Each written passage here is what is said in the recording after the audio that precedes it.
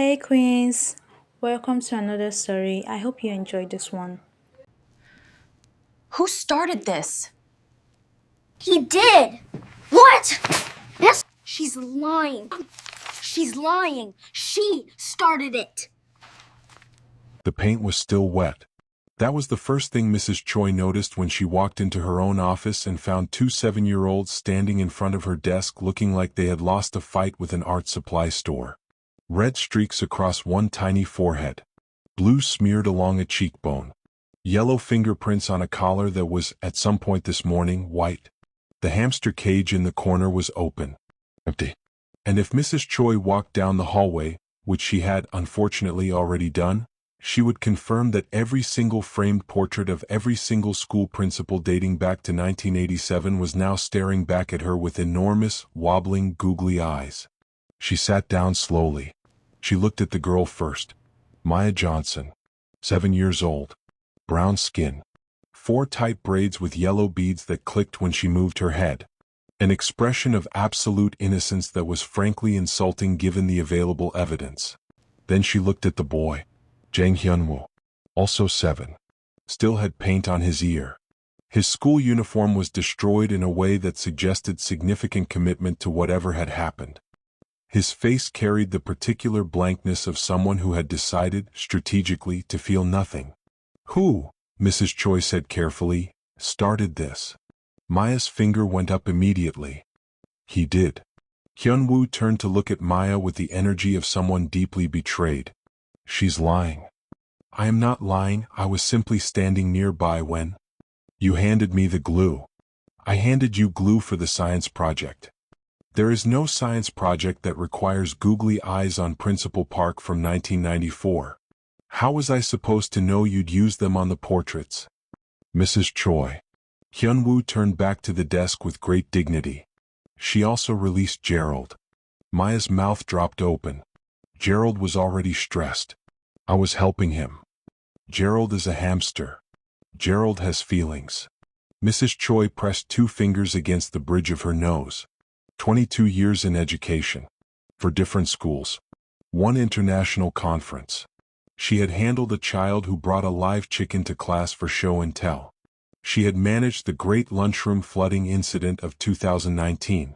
Nothing had prepared her for these two. Call their parents, she said to the secretary outside her door. The secretary, who had also seen the portraits, did not argue. What followed was 20 minutes of Mrs. Choi drinking cold coffee and both children sitting in chairs on opposite sides of the office, not looking at each other, radiating the specific tension of 2 people who were either enemies or best friends and had not yet decided which. The office had 2 doors. This was relevant. The main door opened first. Jenna Johnson came in fast, the way she did most things, slightly breathless, bag half falling off one shoulder, a smear of something purple on her left wrist that was either paint or jam and honestly could have been either. She was 30 years old and looked it in the best possible way, with laugh lines already forming at the corners of her eyes and the kind of face that moved through expressions so quickly you sometimes had to replay them to understand what you'd seen. She looked at Maya. Maya looked at the ceiling. Jenna opened her mouth. Then the second door, the side door that connected to the administrative hallway, opened. And Jenna Johnson stopped breathing. Not dramatically. Not the way people stop breathing in movies, with their hand on their chest and their eyes wide. She stopped breathing the small, involuntary way that the body sometimes takes over before the brain has caught up. One shallow inhale. Nothing after it. A full 2 seconds of just stillness. Jang Min-ki walked in. He was tall in a way that changed the proportions of a room. Dressed in the kind of effortless dark clothing that costs more money than it looks like. He had the face of someone who had been told he was good-looking so many times that the information had become boring to him. His eyes moved across the office quickly, taking inventory, the children, the desk, the principal, and then they landed on Jenna. And he went completely still. You know each other? Mrs. Choi asked because she was observant and also because the air in the room had done something strange. Jenna laughed.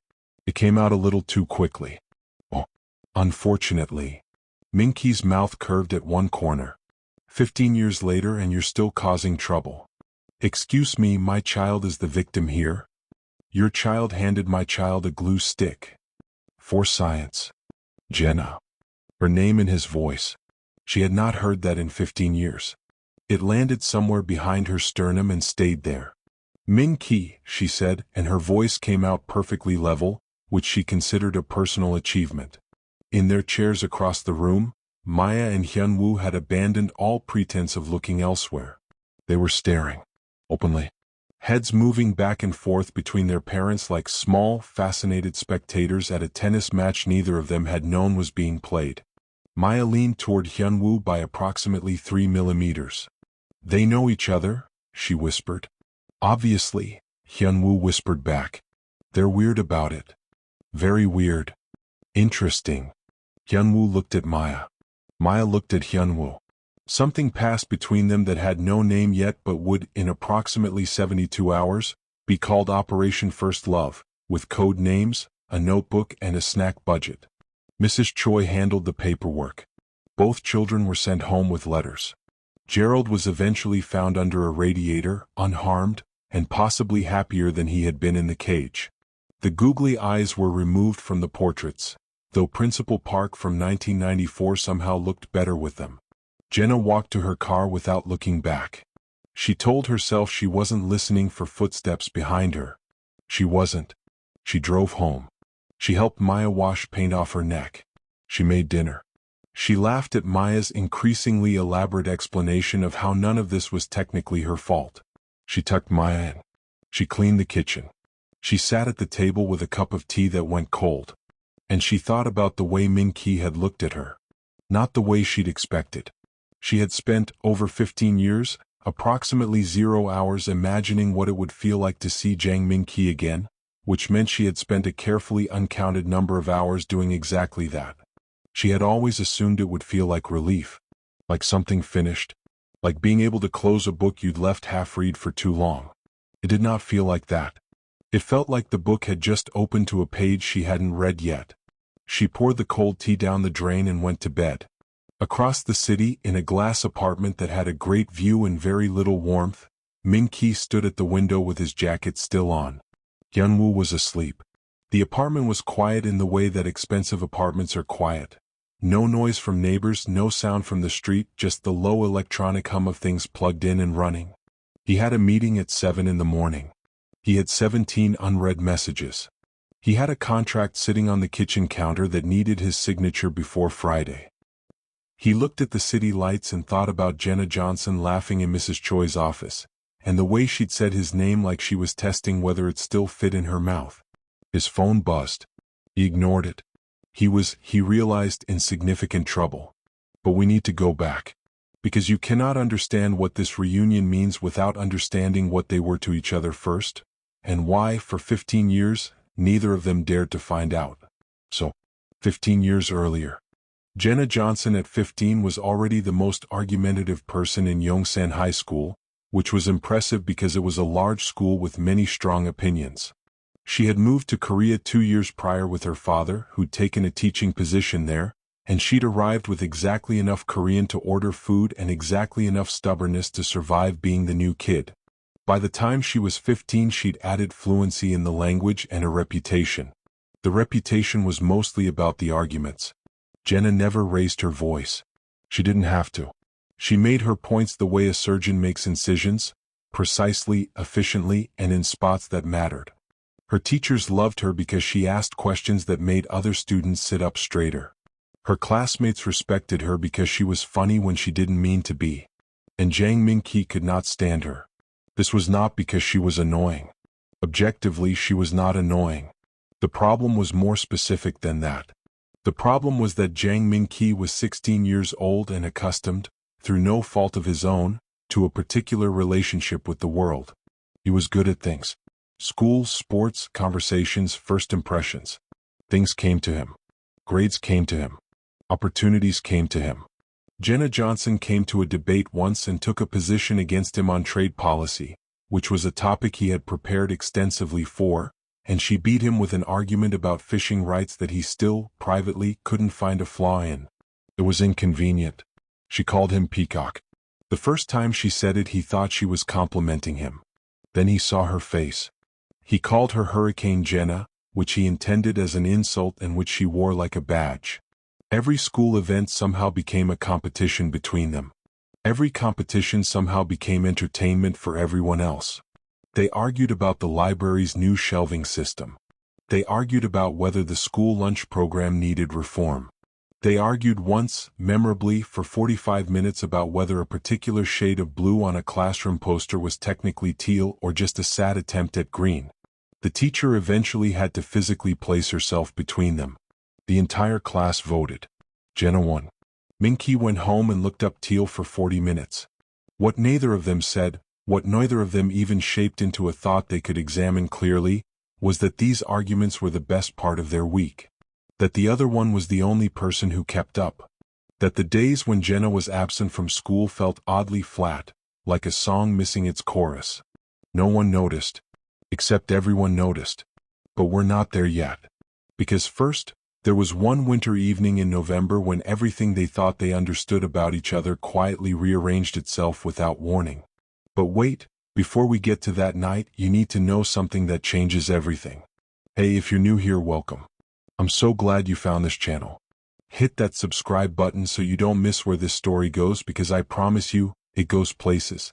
Now let's get back to Jenna and Minky, because that winter night, it broke both of them in ways neither one talked about for 15 years. The convenience store on Maple Street was the kind of place that existed in every neighborhood but that nobody really saw.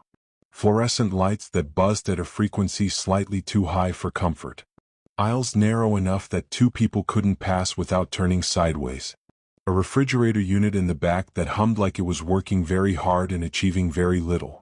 Minky had stopped in for water after basketball practice. That was all. Water, maybe ramen, home by 9. He turned into the third aisle and stopped. Jenna was on her knees on the linoleum floor, stacking instant noodle packets onto the bottom shelf with the focused efficiency of someone who had been doing it long enough that her hands moved without instruction. She had a name tag on. Her school bag was pushed against the wall behind her. The yellow beads she always wore in her hair, a habit she'd had since childhood, a small tribute to her father's side of the family, caught the fluorescent light every time she moved. She looked up.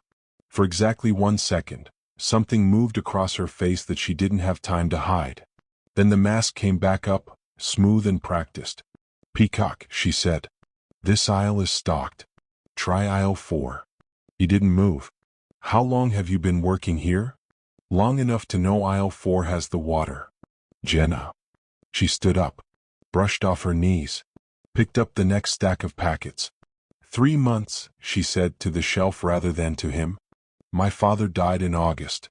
Turns out apartments cost money even when your parent is no longer using oxygen." She said it lightly. The lightness was the most painful thing about it. "Are you buying something or are you just here to observe?" He bought water he didn't need. He left. He came back the next evening. And the one after that. He never made a production of it. He didn't announce anything or offer anything in a way she could refuse. He simply appeared.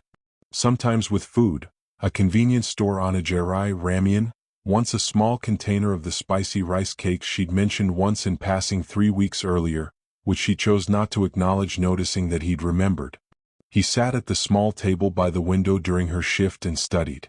She studied during her breaks. Occasionally one of them would ask the other a question about coursework. Occasionally the question would become a discussion. Occasionally the discussion would stretch until her manager was turning off lights. They never called it anything. It was nothing. Obviously.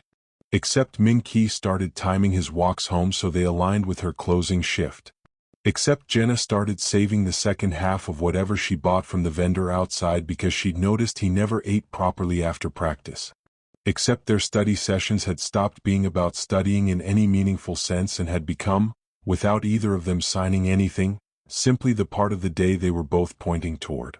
One evening in December it snowed unexpectedly. Not a soft, picturesque snow. A sudden aggressive snow that arrived with no warning and turned the streets slick in 40 minutes.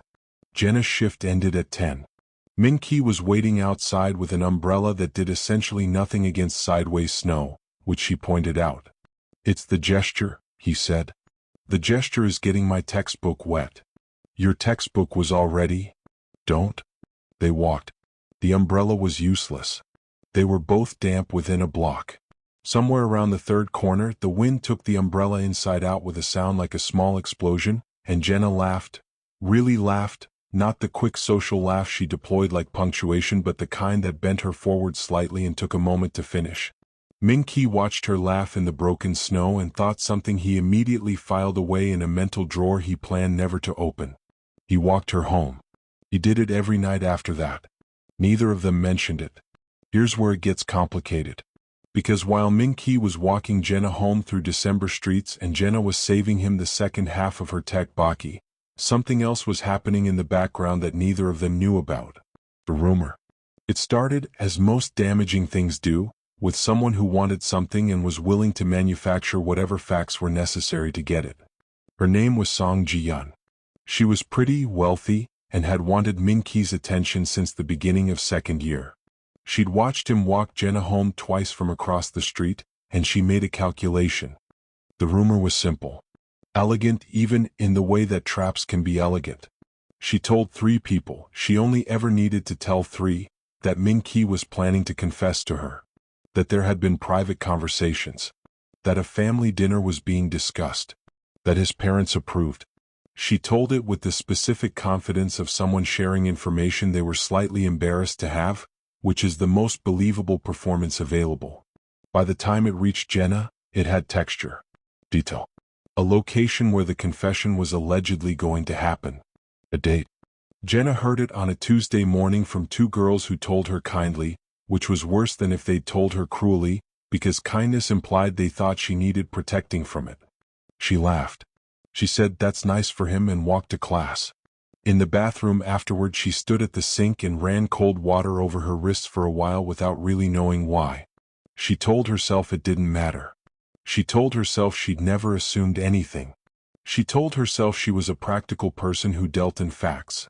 And the fact was that Jang Min-Ki was the school's golden boy from a good family, and she was a girl who stocked shelves at 11 p.m., and whatever had been growing between them in the winter cold was probably just warmth sought in the absence of anything better. She told herself all of this very thoroughly. It didn't work at all.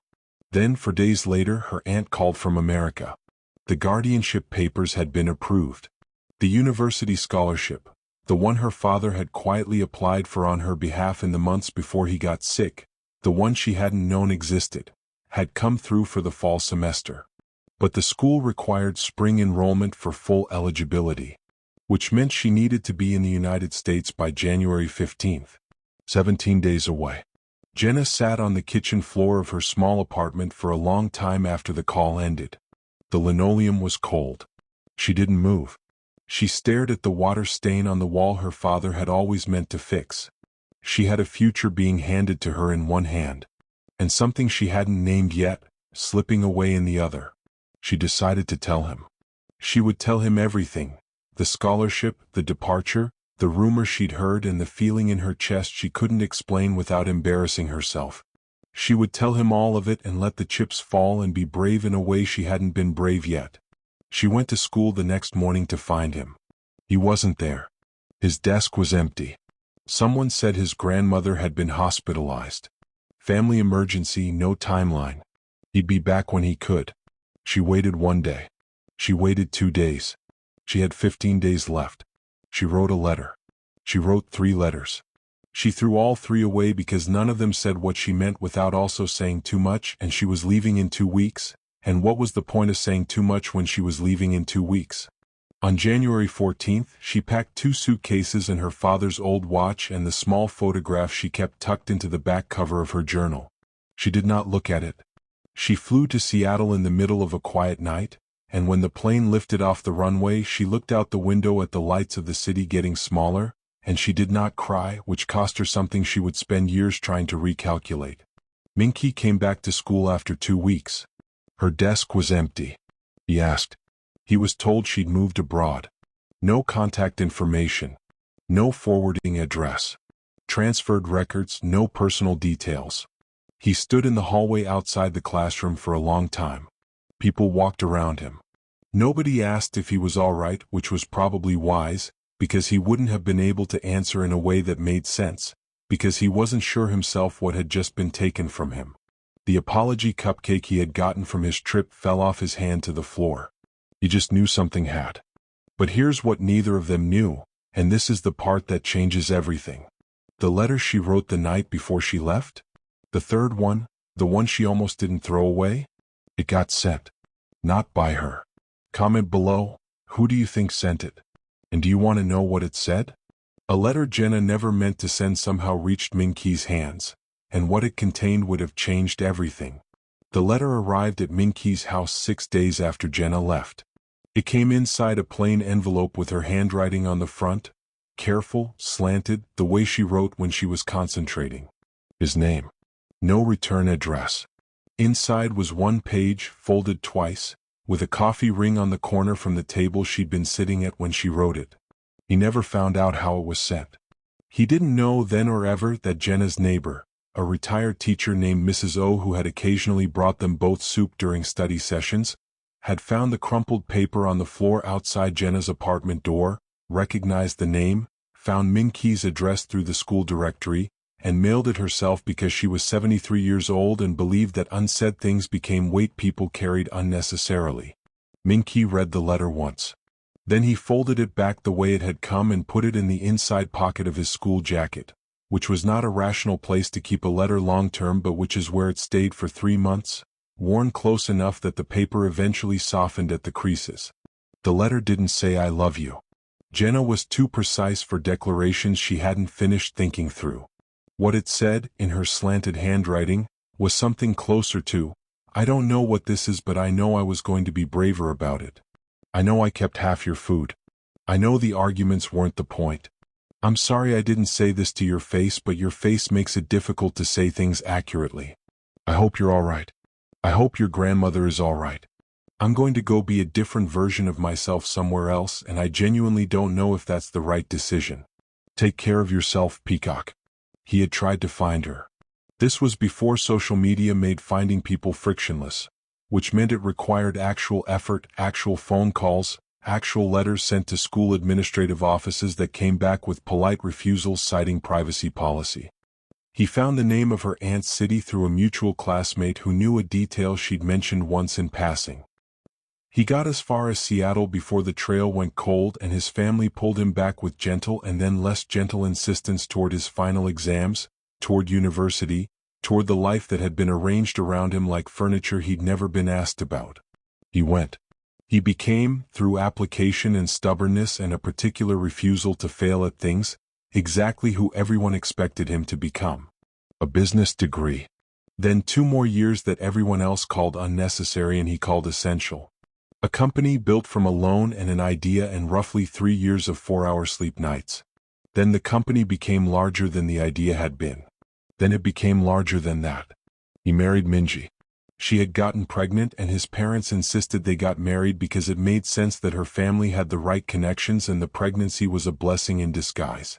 She was beautiful and brilliant and they made sense on paper and in photographs and at dinner parties, and for 2 years they made something that resembled a good marriage if you didn't look at it too carefully. Then they looked at it carefully and agreed without drama that they had built a friendship and called it something else. The divorce was civilized. Hyunwoo stayed with Min-Ki by mutual agreement and Minji's own insistence, because she loved her son but she was also honest about the shape of her ambitions, and single parenthood wasn't the shape.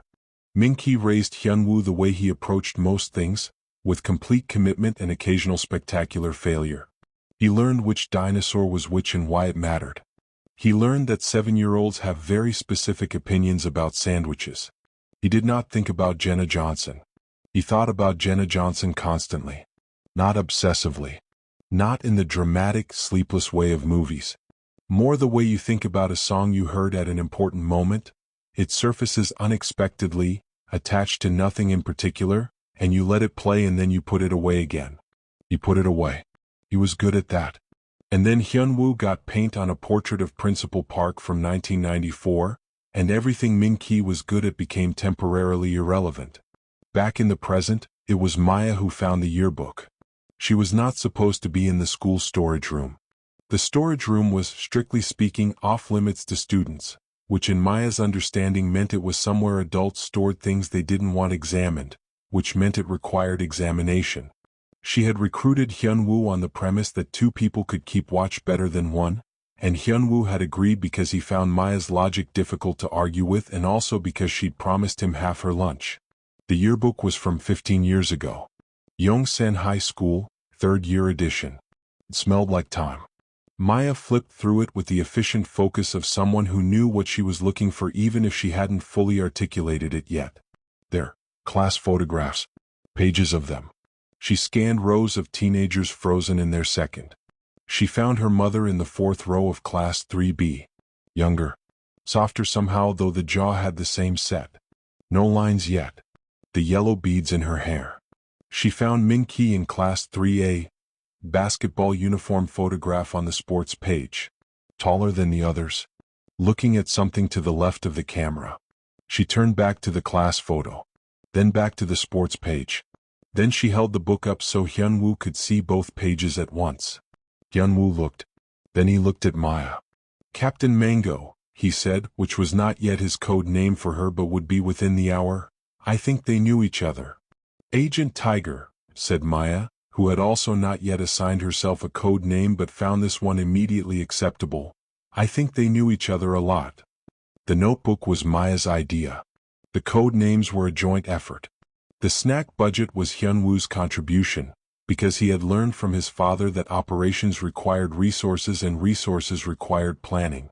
They sat in the corner of the school library, which was allowed, and designed across 4 pages of Maya's dinosaur notebook, the operational structure of what they were calling Operation First Love. The logic was sound as 7-year-old logic went. Their parents clearly had history.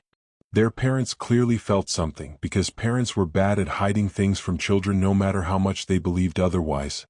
Maya had once known about a surprise birthday party for 3 weeks because her mother's voice went a specific pitch when she was keeping something. Their parents were also clearly determined to be stupid about it, which meant external assistance was required. External assistance was them. Mission 1 launched on a Thursday. It was simple in the way that effective things often are. Maya and Hyunwoo told their respective parents, independently and on the same morning, that there had been an incident at school requiring a meeting. Both parents arrived at Mrs. Choi's office within 10 minutes of each other, already braced for disaster. There was no incident. Mrs. Choi, who had not been briefed on this development, stared at the 2 children sitting neatly in the chairs before her desk with their hands folded. They said there was a problem, Min-ki said. They told me the same thing, Jenna said. She did not look at him. She looked at her daughter. Maya clicked her yellow beads and looked at the ceiling. There's no problem, Mrs. Choi said slowly. We just wanted to check in, Hyunwoo offered. A silence followed in which several adults separately arrived at the correct conclusion and then had to decide what to do with it.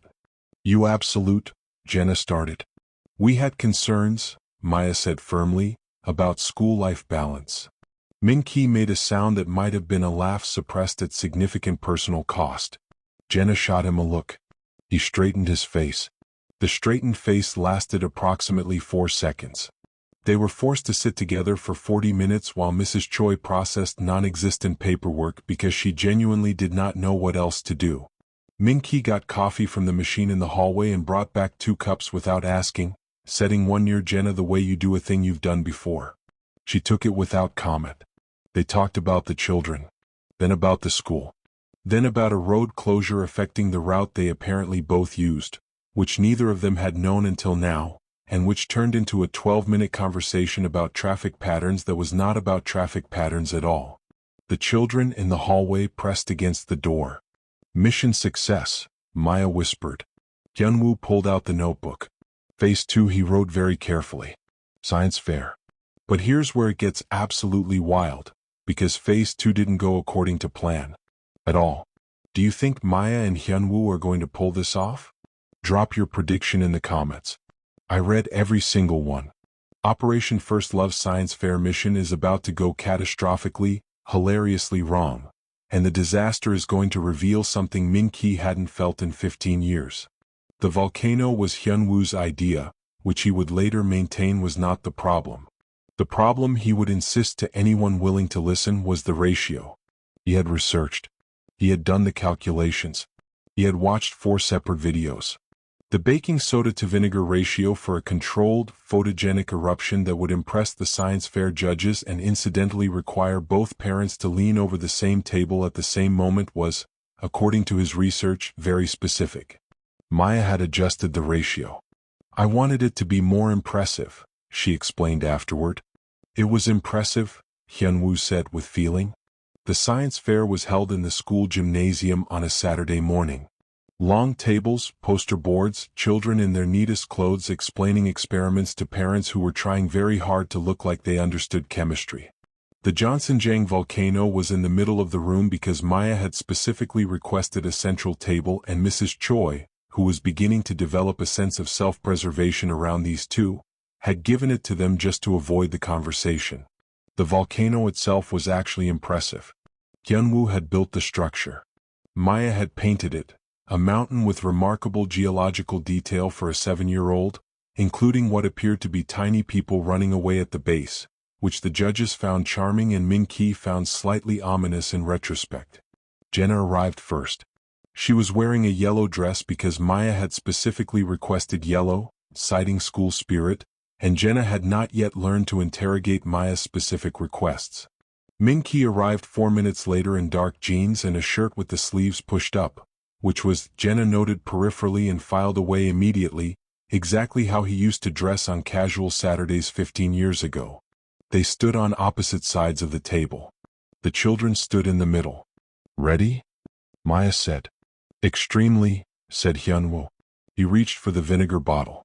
Jenna leaned in to see the funnel. Min-ki leaned in from the other side. Their shoulders were approximately 2 inches apart, which was the intended geometry of the situation. Hyunwoo poured. For exactly 1 second, the volcano did the controlled, photogenic thing it was supposed to do. A satisfying bubble. A promising hiss. Then Maya's adjusted ratio made itself known. The eruption that followed was not a volcano. It was a statement. Red-dyed foam, Maya had added food coloring for visual impact, launched upward with a force that suggested it had opinions. It cleared the top of the structure. It arced. It made decisions. It landed almost entirely on Min-ki. The gymnasium went quiet. Min-ki stood there. Red foam on his shoulder, his collar, his jaw, one eyebrow. A single drop ran slowly down his nose while the rest of the room processed what had just happened. Then Jenna laughed. Not the polite laugh she used in professional situations. Not the quick social laugh. The real one, the one that bent her forward, the one that took over her whole body, the one that had not changed at all in 15 years. She grabbed the edge of the table with one hand, genuinely needing the support, and laughed until her eyes watered. Min-ki looked at her. Something happened in his chest that he was absolutely not going to examine right now. She looked up, still laughing, and saw his expression. "I'm sorry," she managed, which sounded nothing like an apology. "You're really not." "I'm really not," she agreed and started laughing again. He picked up a paper towel from the table and wiped his jaw, and despite everything, the foam, the gymnasium staring at him, the general indignity of the situation, he was smiling. A real smile. The kind that his face didn't usually arrive at through the front door. Then he told her, "You still look as stunning as you did all those years back." He couldn't help but confess what he held in his heart for all these days. Her face resurfacing on his mind, his lips curving into a distant smile in the boardroom and looking over his shoulder because as pretty as she was a walking disaster. Her laughter stopped. She swallowed hard and tried to concentrate on something else other than the red foam closest to his lips. The children exchanged a look over the smoking ruins of their project. Hyunwoo wrote one word in the notebook later: progress. Mission 3 was more sophisticated. The letters took Maya 3 evenings to write because she was serious about her penmanship and also because she kept rewriting the phrases to make them sound adult enough. She and Hyunwoo had agreed the notes needed to sound like something a grown-up would write. Mysterious, romantic, not signed. Maya's note, delivered to Min-ki's bag during school pickup. "I haven't forgotten what we were. Meet me by the old oak tree at the east gate after the PDA event. Someone who remembers." Hyunwoo's note, delivered to Jenna's bag. There are things I should have said before. The East Gate Oak Tree after the PDA event. I'll be there. Someone who never forgot. The PDA event was a Thursday evening. The oak tree was 10 meters from the parking lot, visible from a concrete planter behind which two children sat with a bag of shrimp crackers and a direct sight line to the target location. Min-ki arrived first. He stood by the oak tree with his hands in his pockets, looking at his phone, then at the parking lot, then at the sky, in the rotating pattern of someone who wants to appear casual and is not succeeding. Jenna arrived 3 minutes later. She saw him. She stopped walking. He looked up. A silence arrived that had weight to it. Did you? She started. I got a note, he said. So did I. They looked at each other. The children, they said simultaneously. From behind the concrete planter, Maya stuffed an entire shrimp cracker into her mouth to stop from making a sound. Hyunwoo gripped the notebook. But here was the thing the children hadn't planned for, and this is the part that changes everything. Because Jenna and Min-ki stood by the oak tree in the cool evening, busted by their own shared knowledge of their children's scheming, and instead of leaving, they stayed. Min-ki sat on the low wall beside the tree. Jenna stayed standing for a moment, then sat beside him with approximately 6 inches between them. They talked. Not about the note. Not about the children's scheme.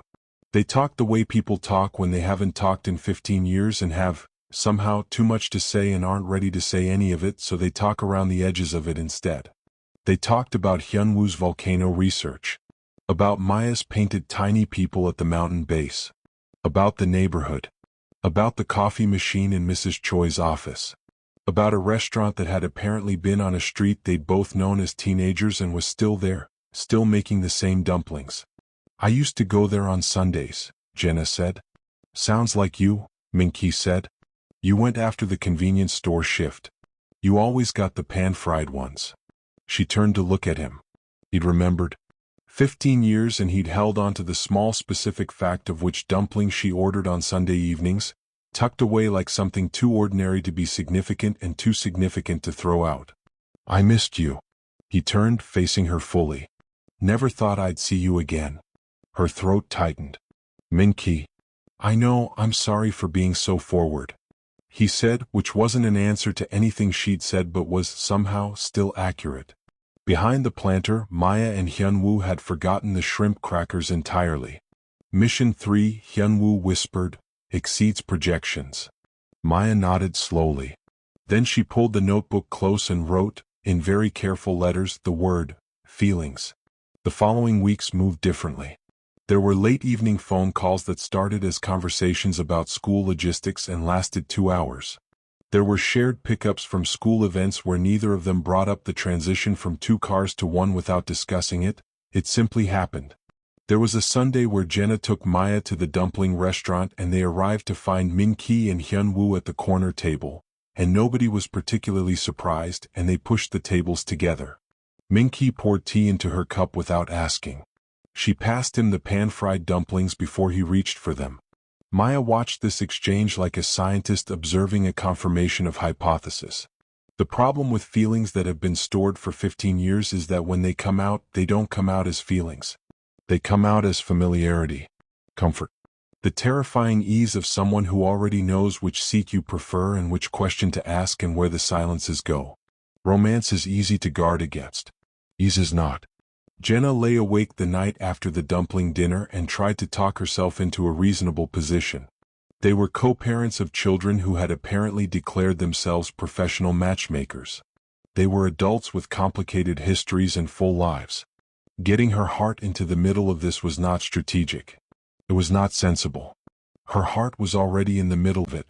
She knew it the way you know a season has changed, not by looking for it but by stepping outside one morning and discovering your jacket isn't enough anymore.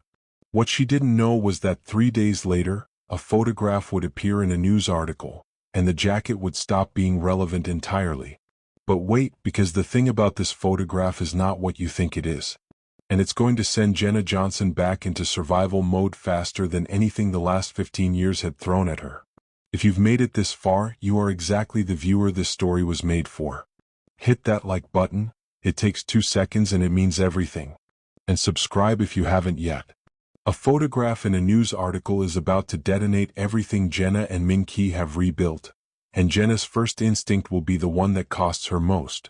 The photograph was not incriminating in any technical sense. That was almost the cruelest part of it.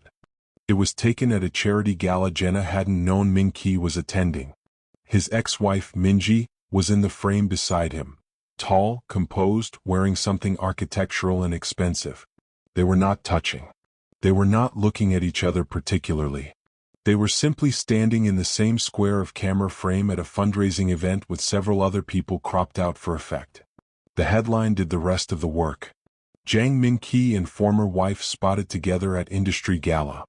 Reconciliation on the horizon as company prepares for landmark IPO? Jenna found it at 6:47 in the morning on her phone, before coffee, before the day had built any kind of armor around her. She read it twice. She looked at the photograph, Minji's composed profile, Min-ki's familiar jaw, the careful corporate distance between them that a headline could make mean anything, and something that had been cautiously, experimentally opening in her chest simply closed. Quietly. Without drama. Like a window pulled shut against incoming weather. She put the phone down. She made Maya's breakfast. She drove Maya to school. She opened the cafe at 8:30 and arranged the picture books on the low shelves the way she'd arranged them 100 times before, by color and then by size within color, which was Maya's system originally and which Jenna had adopted without noticing. Min-ki called at 9. She let it ring. He texted at 9:15. She read it. She did not respond. He texted again at 10. Is everything all right? She put the phone face down on the counter. The thing about having been left before, not deliberately, not cruelly, but by the accumulated weight of circumstance and misunderstanding, is that your body learns the shape of it. Not just emotionally, physically. There is a particular configuration of the chest and shoulders that has nothing to do with posture and everything to do with self-preservation. Jenna's body remembered this configuration the way muscle memory works, automatically, without consultation. She was not going to be someone's interim. She was not going to be the chapter between the real chapters. She had done this once before at 15, convinced she wasn't important enough to be chosen. She was 30 years old now. She could see the shape of a situation more clearly. She could protect herself. What she could not do at 6:47 in the morning without coffee was know that the photograph had a context she hadn't been given. She did not know that Minji's presence at the gala was a board obligation Min-ki had not been informed about until he arrived. She did not know that his company's PR team had made the specific calculation, without consulting him, that a reunification narrative was good for investor confidence ahead of the IPO. She did not know that Min-ki had spent half the gala on the phone with his lawyer about exactly that. She did not know any of this because she had put the phone face down at 9:16. Min-ki arrived at the cafe at noon. He came through the door the way he always came through the door now, ducking slightly for the fairy lights Jenna had strung across the entrance that were decorative but slightly low. He'd hit them twice and then calibrated and now ducked automatically, and she'd noticed when she noticed stopped being a conscious act and became just a thing he did, the way you learn the geography of a place you're in often enough. She was at the counter. She put her hands flat on the surface. Jenna. I saw the article. He stopped. It's not. Stop. Her voice came out very steady.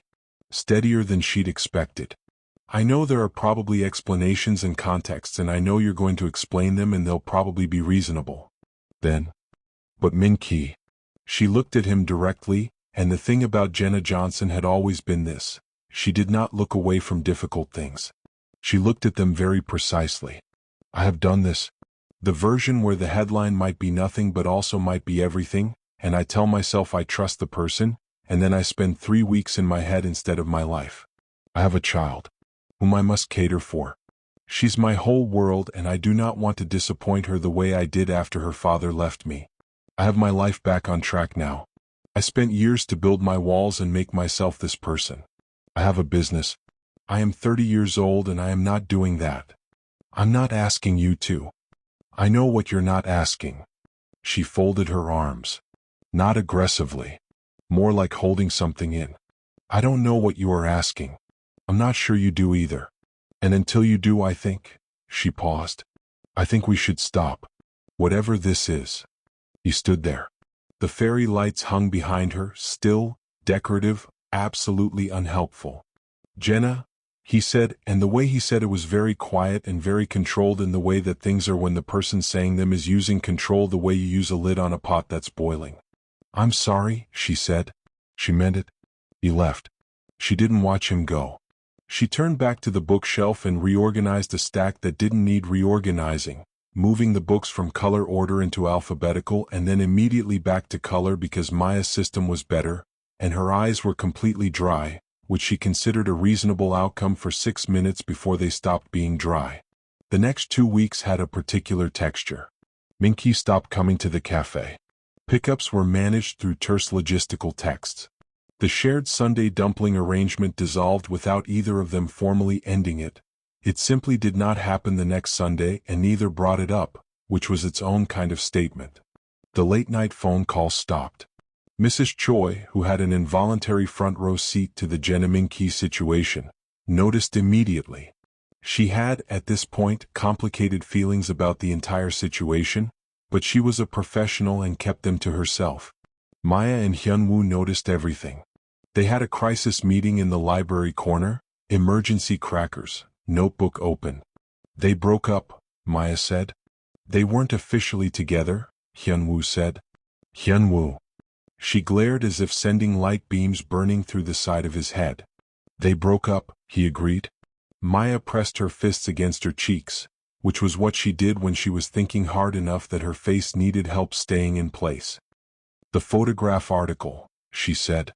My mom saw it. My dad didn't go there voluntarily. His assistant confirmed. Your mom was there.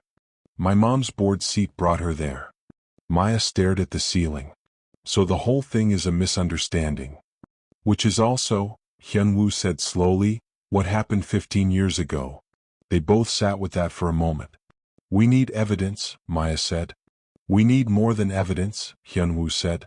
We need them in the same room in public with no exit. They looked at each other. School family festival, they said simultaneously. But it was what they found first that changed the architecture of everything. It started with Hyunwoo's discovery of his father's old yearbook in a box that had moved through 3 apartments and never been unpacked. The yearbook was full of the usual things: teenage photographs, marginalia, the small archaeology of a school year. But folded in the back, tucked between 2 pages of senior portraits like something put somewhere temporary and then forgotten, was a piece of paper. A photocopy of a letter. Hyunwoo read it standing in the hallway of their apartment at 8:15 in the morning, still in his school uniform, Jang Min-ki's apartment quiet around him. He read it twice. Then he took a photograph of it on his tablet and sent it to Maya. Maya read it during breakfast. She put her spoon down. The letter was in Jenna's handwriting. The paper was old enough that the copy had gone slightly soft at the edges. But the words were clear.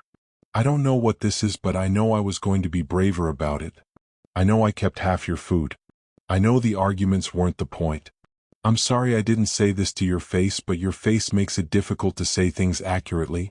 Maya read it twice. Then she picked up the notebook. The children worked for 9 days.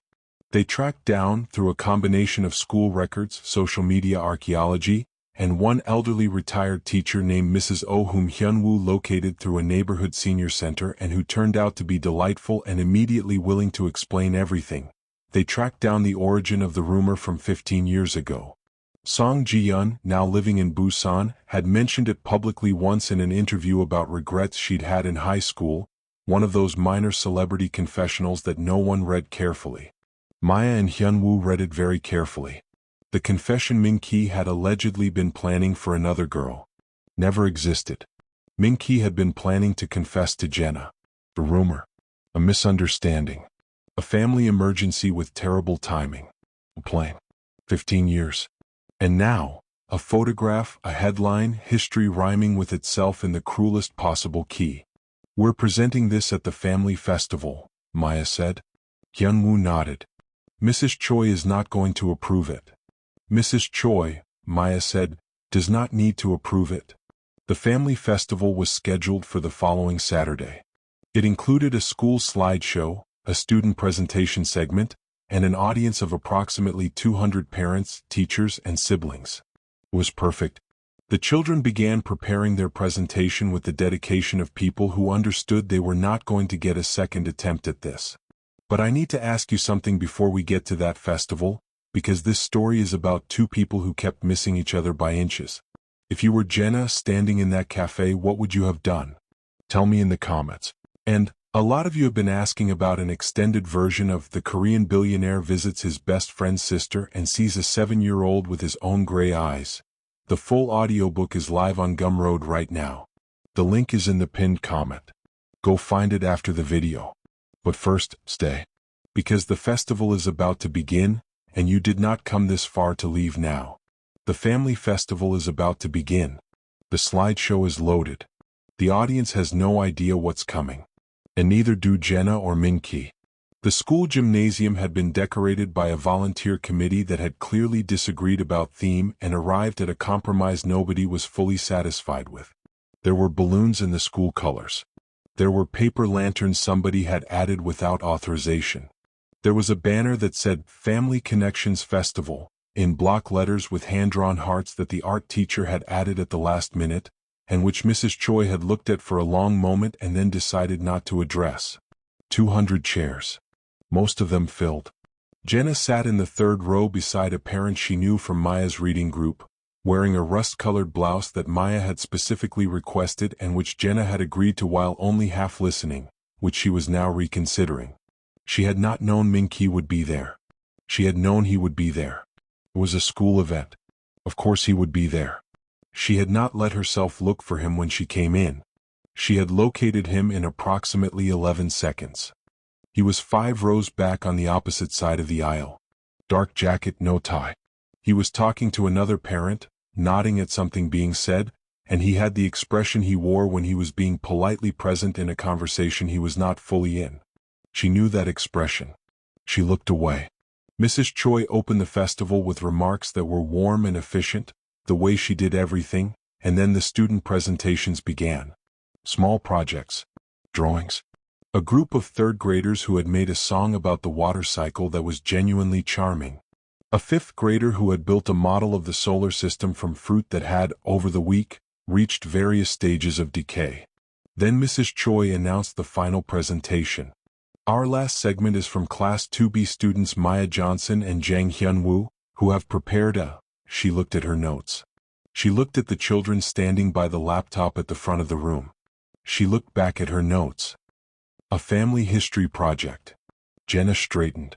The gymnastics of the sentence family history project, and the specific children attached to it arranged themselves in her mind into a shape she did not like. She turned to look at Maya. Maya was looking at the screen with the expression of someone entirely focused on their work, which was the expression Maya wore when she was doing something she was fairly certain her mother would object to and was therefore making herself unavailable for preemptive discussion. Jenna half rose from her seat. The lights dimmed. The slideshow began. The first photograph was old. School hallway, fluorescent light, the grainy quality of an early digital camera. 2 teenagers mid-argument, both talking at once. The girl's hands were animated. The boy had the expression of someone who was about to lose an argument and hadn't fully accepted it yet. The gymnasium did not know these people. But somewhere in the third row, Jenna's hand moved to her mouth. And 5 rows back on the opposite side of the aisle, Min-ki went very still. The next photograph. Same hallway, different day. The girl laughing at something. The boy pretending not to look at her, which was not quite succeeding. Then a third photograph. The gymnasium fell into a particular listening silence, the kind that means an audience has understood something and is now waiting for the rest. There was a school newspaper clipping. A debate trophy. A winter photograph that Mrs. O had apparently contributed, taken from a neighbor's window during a snowstorm. 2 teenagers walking, one with a broken umbrella, both wet, the girl bent forward laughing. Jenna was going to dissolve. She was not going to dissolve. She was an adult. She was in serious danger of dissolving. Then the photograph shifted to present day. The gymnasium recognized these people. 2 adults in the principal's office, both pointing at their children, both clearly annoyed and clearly trying not to laugh at the exact same moment. A shared coffee cup on a waiting room table. Two people at a dumpling restaurant, not looking at each other but with their chairs at an angle that told a story without words. And then the last slide. White background. 2 lines of text, centered. You have wasted 15 years. Please stop. The gymnasium erupted. Not with laughter exactly, though there was laughter, but with the specific collective delight of an audience watching something real happen in front of them. There were people nudging each other. There were phones coming out. There was a teacher in the back pressing her hand over her smile. Jenna stared at the screen. I want, she said quietly to nobody, the floor to open. Minky, 5 rows back, was looking at the back of her head. His jaw was doing the thing it did when he was holding something in with significant effort. Maya and Hyunwoo stood at the front of the gymnasium. They had, Jenna noted with the fractured attention of someone in mild shock, matching expressions, the expression of people who have done a thing and believe the thing was correct and are prepared to defend it in court if necessary.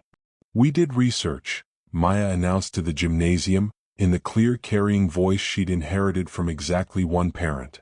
Their whole story had a misunderstanding in it. From 15 years ago. Someone started a rumor that wasn't true and both of them thought the other one didn't care, but they both cared, and then there was another misunderstanding last month that was also not true. Hyunwoo stepped forward. He held up the notebook. We have documentation, he said seriously. The gymnasium lost it entirely. Mrs. Choi sat in her chair at the side of the room with the expression of a woman who had already mentally submitted her transfer request. Jenna stood up. She was not sure what she was planning to do. Leave possibly. Calmly remove her daughter from the gymnasium and have a conversation about the appropriate limits of intervention that would take the rest of the evening. That seemed reasonable. She stood up. And Minky was already coming down the aisle. She turned. He was right there. 5 steps away. Closer than she'd let herself register in 2 weeks. He had the expression she recognized from that very first day in Mrs. Choi's office, when she'd said his name and he'd gone still, the expression of someone who had stopped making calculations. I need to say something, he said. Minky, this is not. I searched for you. His voice was quiet enough that only she could hear it, which was also not quite true because the gymnasium had gone very, very quiet. When you left, I tried to find you. I had your letter. I tried to find you for a year before my family. He stopped. Reorganized. I kept the letter. Not in a drawer. For 3 months I kept it in my jacket. Which is, I'm aware, not the most rational. Minky. The photograph was nothing. I was there for an hour, I was on the phone with my lawyer for 40 minutes of it, I left as soon as I could, and I understand why you saw it and felt what you felt, I understand that completely. He wasn't rushing exactly. He was precise. But I need you to know that I have not, since the moment I walked into Mrs. Choi's office and you said my name like you were testing whether it still fit. He paused. I have not thought about anyone else. The gymnasium was completely silent. Somewhere completely silent. Somewhere in the second row someone was crying. It was one of the balloon volunteer committee members, which was possibly a story for another time. Jenna looked at him. The rumor, she said. From 15 years ago. You weren't. I was going to confess to you, he said. To you. I'd been trying to figure out how to do it for 2 months without you arguing me out of it. The corner of his mouth moved. Which, to be fair, you might have. I would not have. You argued about Teal. That was important. Jenna. Her name in his voice. So. 15 years later, still the same. I spent 15 years missing someone who was arguing about Teal in my memory and I was still gone for her. What does that tell you? She laughed. It came out a little broken at the edges. She pressed her fingers briefly to her eyes. You kept half my food, he said softly.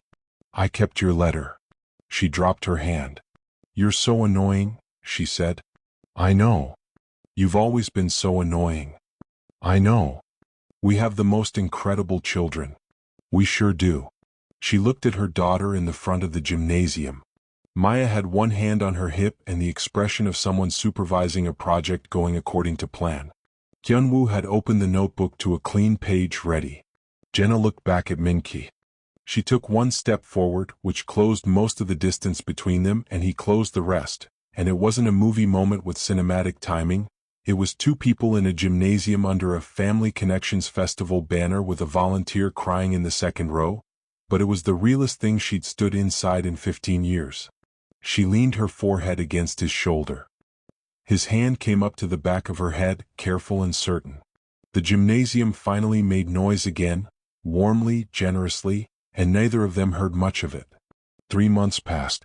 Autumn came to the city, the air going thin and cold the way it does in October, with a smell like something about to become something else. The children had gone back to their respective routines.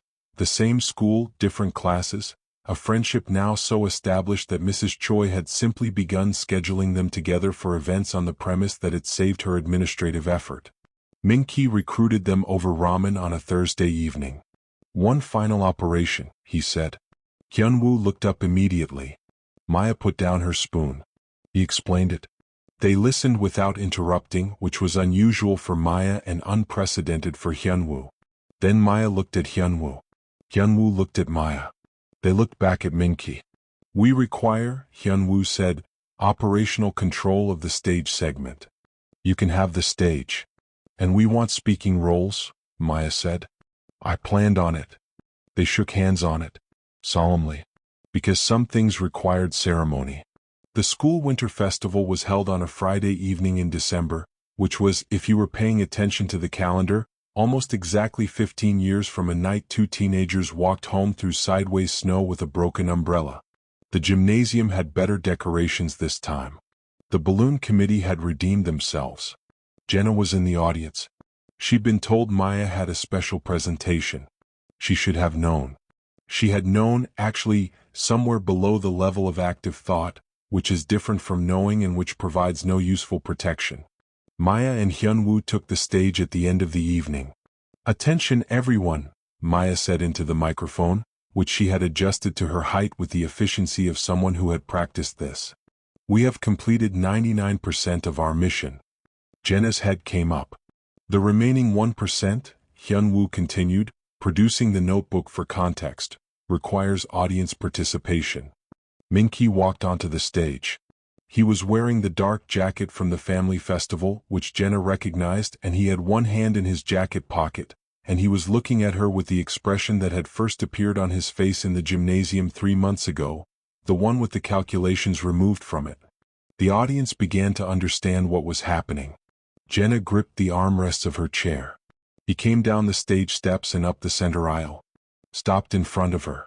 The box was already in his hand, small, dark, simple, the way he did things when he wasn't performing them. "Don't," she said. "I'm definitely doing this." The person beside her made a small involuntary sound. "I spent 15 years looking for the girl who disappeared," he said. Not loudly. He wasn't performing it. He was telling her. "Then I found a woman who somehow got more stubborn." "That's not." "And more funny," he said. "And better with children than anyone I've ever seen. And still wrong about Teal." He opened the box. "And I don't want to waste any more years being anywhere she isn't." The gymnasium was so quiet you could have heard a yellow bead drop. Jenna looked at her daughter on the stage. Maya had both hands pressed to her face, yellow beads in her braids, eyes enormous and bright. Hyun-woo had the notebook open to a clean page, pen in hand, prepared to record the outcome for documentation purposes. She looked at Min-ki. 15 years. A broken umbrella.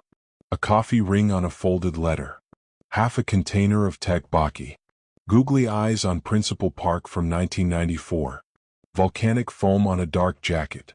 Two children who had decided, with better judgment than either of their parents, that some things were worth finishing. "Only," she said, "if you admit I won most of our arguments." He closed his eyes briefly. "You did not." Min-ki. Pause. His shoulders dropped approximately 2 centimeters. "Fine," he said. "You won most of the arguments." "Then yes." The gymnasium came apart beautifully. Maya's sound was the loudest, a shriek of genuine triumph that bounced off the gymnasium ceiling and would be talked about by the balloon committee for years.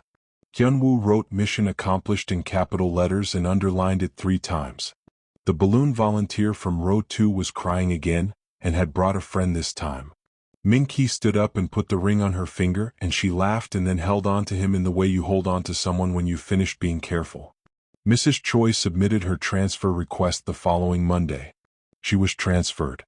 She received at her new school on her first day an envelope containing one photograph, Maya and Hyunwoo grinning, giving double thumbs up, and a card that said in Maya's careful handwriting, "Don't worry. We have new operations planned." Mrs. Choi reportedly laughed for the first time in several weeks. And in a small reading cafe with fairy lights strung at the entrance, where the picture books were organized by color and then by size within color, where a broken umbrella leaned against the wall in the corner because someone had rescued it from a 15-year-old memory and neither of them could quite bring themselves to throw it away. Two people who had missed each other by a rumor and a plane and a photograph and 15 years of accumulated almost were finally, quietly, stubbornly, completely home. That's the story.